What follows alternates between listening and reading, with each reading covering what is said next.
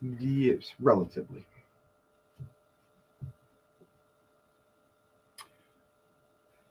I think we're ready to go. Let's Yeah. go. Why don't I start here? Good afternoon, everyone. Tom Pellegrino and Tommy Pompei coming to you live from Holy Cross, and in particular live from the principal's office at Holy Cross. I was having a little Wi-Fi trouble, and I never mind hanging out with my good friend, Mr. Pompei. So thank you for joining us here today. Just in the brief time that we have with you here at 12 noon, we're going to be live streaming and also recording this presentation. Mr. Pompei and I, as families know, like to get together and be able to communicate on a regular basis to all our families. And we've been doing so at least once a semester, if not twice a semester, as well as during the breaks, to provide families and parents in particular with updates as to what's happening at Holy Cross, and also to address particular items that are timely and topical, and that we imagine are on parents' minds based on our conversations with all of you. And today is no exception to that. We're 68 days, if you can believe, into the semester, but less than 4 weeks away from concluding the semester. It's been a busy and great start to the academic year. We have a student body of 532 students. Welcoming in Chase Collegiate and Sacred Heart over the past 2 years has been nothing short of great for Holy Cross. And we're really proud of the students and the families for making that coming together process so positive, both for the students and for the community. Parents were great. A couple of weeks back, you had a chance to come to our school to meet with teachers and with your students on the academic side of the house. What Mr. Pompei and I want to talk to you a little bit today are some of the things happening outside the classroom. And I can tell you, and I'm sure Mr. Pompei would agree, as parents, we get a lot of information from a lot of different sources. We both have college students. Mr. Pompei obviously has a high school student as well. You get information from a lot of different areas. My wife will tell me what's happening on the college campus based on what she reads in Facebook. Some of it's actually accurate. But what's really important for all of us being serious is that we want you to know that we want to be your first and primary and best resources for any information, questions, concerns. I think the start of the academic year for 21-22 has been a good one, but a challenge for schools across the United States and certainly in the state of Connecticut for students acclimating themselves back to a somewhat normal process. So a lot of what we're going to talk to you about today is our observations about student behavior, community standards, some of the things that we're trying to do, and maybe try to address some of the questions that we're hearing from parents in this setting as well. We'll give you some updates as well. And we'll try to close out and get you back to work, to lunch, to home by about 12:30. So again, thank you for being with us here today. And I'm going to pass the screen on to Mr. Pompei. Thanks, Doc. That was an unplanned and perfect segue for my information. Thank you, everybody. Thanks for being here with us. We always love these opportunities to share our thoughts and all the hectic and goings on of Holy Cross High School that when we get these opportunities to kind of share our thoughts with you and our motivations behind what we do with our families, that we relish it. So I think that, as Dr. Pellegrino said, there's been a reacclimation process for our kids. In many ways, the craziness of the new formats that we went through in the last year and a half, since we were all very much in survival mode and working together and more collaborative than perhaps we've ever been, that was a unique situation, but this one in some ways is even more challenging as we re-enter some semblance of normalcy. The kids have been wonderful. Holy Cross is better for our new additions, our kids that have joined us here. We are a richer campus. We are a richer student body. It's been a wonderful process for us, and the kids and families are get all the credit in that regard. It's really been terrific.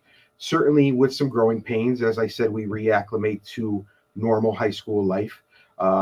With all of the socialization that we missed and all of those extracurricular and co-curricular opportunities that weren't really part of what we did for the last year. I mean, Holy Cross certainly did a remarkable job in keeping as much of that as we could throughout the pandemic. But now that it is, again, a more typical setting with all of those opportunities that Holy Cross prides itself on, we experienced a couple bumps and we've navigated them, and the kids have responded beautifully, and the families have, as always, been tremendously supportive. So we're grateful for that. A couple of those, if I could just hit on them. We're seeing a little bit of a casual approach to dress code for a little while. As parents know, last week I did institute an extra day of formal dress code following our Mass Day, which, as everyone knows, is formal mass attire, shirts and ties for the gentlemen, and nicer outfits for the young ladies. We went on to a day 2 with that. That was in response to really 2 things, sort of a cumulative, a little bit of, like I said, a little bit of a decline that I was starting to feel in our adherence to the strictness of the dress code, and also some restlessness during our mass on that day. Nothing egregious, nothing that really upset anybody or anything like that, but it really was just not up to our standards. And again, I think absolutely in my mind, as I mulled it over, 100% can be attributed to that desire for that socialization in the kids. It's been over a year and a half since we've all been in the auditorium together, where we can have conversations and look at each other and smile and laugh. And I think a little bit of that seeped in. So message was sent, message was received. And as I said, the kids have responded beautifully. And I think that they understand that all of those little things, all of the tuck your shirt in, wear the right shoes for dress code, outerwear should not be hoodies and things like that. All of those little things combined equal a lot of what the pillars of Holy Cross and what we love in terms of our culture and the way our school functions. All of those little things add up to what Holy Cross stands for, and we need to always maintain those. And I think the kids heard us loud and clear. So that was great, and the kids have responded, as I said. Super proud about that. We had a similar issue with some behaviors in our bathrooms when students were unattended and using the bathroom more as a social gathering place and certain pockets to gather and meet up with friends. And we needed to put a little bit of a stop to that. As you all know, too, I spoke to several parents who reached out and just wanted to share that information and our motive in shutting down several of the bathrooms and really isolating bathroom usage for the students for a little over a day to the front of the building, where we are very personnel heavy and could really supervise and get in there in between each class and take a peek at the state of those restrooms, and also go in during having female and male staff members around to go in during the actual class periods. We did that with Fidelity. There were really very few issues, and again, I think it was a message that was sent and well received. Students at Holy Cross are given a great deal of freedom and autonomy and trust from administration and faculty, and that freedom and trust should never be taken for granted. And we will adjust accordingly to maintain appropriate standards of behavior. And again, those pillars of what we seek to be each and every day here at Holy Cross. And again, the kids heard that, and things have been significantly better since. So, but just wanted to make sure everyone understood where those moves came from and what our motives were behind them. And another change, stay on the rough. We'll stay in that realm for a moment. We still continue to have issues for our busing, our students who are bused here to Holy Cross. Again, I need. I would say I'm not to be obtuse about the situation, but I'm probably almost as frustrated as anybody else with the current situation. But please understand, it is completely and utterly out of our control. I have spoken to everybody up the chain of command with the bus company and with local government to try to support our efforts to fix this as quickly as possible. It is exclusively an issue of manpower, and that reduced manpower has made simultaneous bus runs in Waterbury impossible. So we are still experiencing days of significant delays for our bus pickups. We know it's terribly disruptive to the family routine each day that it occurs, and we don't want to have our kids here that late in the afternoon if they don't have extracurriculars going on. We have responded in kind as best we can and addressed that which is in our control. We've extended the hours of our supervised study hall, both in the cafeteria and in the gymnasium as well. So our students are here supervised with tutoring opportunities provided for them until on most days until about 3 to 3:30. So we are looking to make that time meaningful here. If they are going to be spending extra time here at Holy Cross, we want it to be purposeful and meaningful. And lastly, I just want to mention too as well that we did add 2 additional professional development days to our schedule this year. The first one is this Friday, November 12th, and the second one is April 19th. We are engaged in an incredibly important evolution in Holy Cross's way of doing business. It's been quite a while that we've really dived into an exhaustive curriculum revision process. We are in the midst of that right now. Day 2 is this Friday on the 12th. All of our professional development days throughout this year are devoted to that curriculum revision for all content areas, all levels. The faculty and staff here has been wonderful, passionate, aggressive, ambitious in this undertaking. It is really a weighty undertaking, but they are hungry and ready for it, and know the impact that it will have on both teaching and learning. So again, as always, blessed to have the faculty that I do, and just wanted to make all of the parents aware, because that is a change from our beginning of the year calendar schedule, adding this Friday, November 12th, and April 19th as professional development days, no class for students on those days. That's great. If I could piggyback really quick, and I'll just end with a couple of housekeeping items for families, but I want to echo Mr. Pompei's thanks and appreciation for what our teachers are doing in terms of looking at our curriculum. It does, in fact, tie into this whole discussion about what happens at a high school. We talk to parents a lot about things, whether it's bathrooms or dress codes or things like that. And one of the approaches that we both take, and I hope that you hear and see this when you're talking with your sons and daughters when they're home at night, is that we want to treat them like adults, and we want to talk to them like adults. We don't always get it right. We're not always perfect, but we do want to set a stage here. And what we think makes this school different is that we want to get them ready really quick for life after Holy Cross, whether that's in college, the workplace, military service. And so we're going to have conversations with them that are mutually respectful and really treat them like adults. And so we don't take lightly any of the steps that we take. And we certainly understand that your concern is their health, their safety, as well as their education. That is what keeps us up at night as well. But I hope you hear that from your students, because that is the differentiator here. Curriculum redesign is a differentiator here. One of the things that we're particularly proud of is the great work that's done with our community period. Really spearheaded by Ms. Dwyer and so many of the folks here, the speaker series that's happening, the great events that are happening there. These are experiences that we want them to have now so that they can have them and be prepared for them when they're in college. And a lot of things can happen during community period when people are given a choice to make decisions. So all this by way of saying is we appreciate your partnership with us. The best thing I could say to you is if you ever have a question or a concern, or you're wondering why are they doing that the way they're doing that, please, we are a phone call, email, or a visit away. And I hope you will never say that we're not inaccessible. That is our primary job for our role here with your children. A huge note of thanks as well. A couple of wrap-up items is the parents of our Holy Cross students have been amazing in contributing to the parents campaign. The parents have raised over $13,000 this year for the campaign that Terry Parks and others have run. And I just want to thank all the parents who have given and who are still considering giving. I want to thank all the parents who are involved in a lot of special support fundraising, the Gridiron Club, folks who are supporting the music department, the arts, and all those things.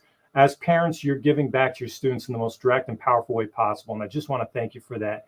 It's an amazing thing, and it helps us so much in delivering the best high quality education that we can. We're going to be looking at doing another liturgy towards the end of this month, and we're in the works. Stay tuned for a formal date and time, but it'll happen during the day. And we want to give students an opportunity to be back in that setting of the auditorium, but thinking and reminding them why we do what we do here at Holy Cross as a Catholic institution in the form of the celebration of the Mass and all those things that are really important as we get closer to the Thanksgiving season as well.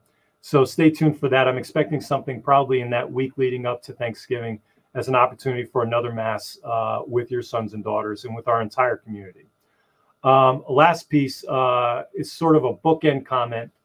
We had a great open house this past Sunday. For those of you who have 8th graders that are considering following brothers and sisters here to Holy Cross, thank you for being with us. Terry Parks and our entire staff here did a wonderful job, our teachers, in welcoming prospective Crusaders. We had a great showing. We do have placement exams again scheduled for November 20th. If you have sons and daughters or friends who have not signed up yet, please do so. It's a great feeling, and we're very proud of this institution. So on the flip side, the other bookend is the college admissions process is well underway, as I know a number of parents are aware, whether it's early action or early decision. Our guidance counseling office is hard at work doing the million jobs that they do. One that they take very seriously is the college application process. This is not just for seniors getting their packages ready and out right now, and with all the work that you're probably doing with FAFSAs, it's also for the junior parents and even the sophomore parents. Sure. It's not too early to start making appointments to do tours in the spring to get them acclimated to college campuses.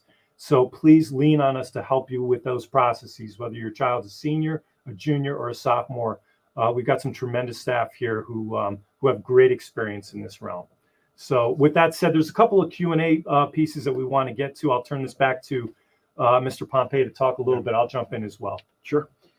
Yeah, and again, just to piggyback on what Dr. Pellegrino said, I just want to thank everybody. These opportunities are great, and this is us really talking to you and kind of sharing our thoughts with you. But a lot of it is fed by our discussions with parents and with students offline, and we kind of bring those discussions and find those common themes here and want to address them with you. And I know Tom and I often have occasion where we speak to each other every day and kind of muse over all the Holy Cross goings on, and we don't ever for a second take for granted the families and students that we get to work with every day.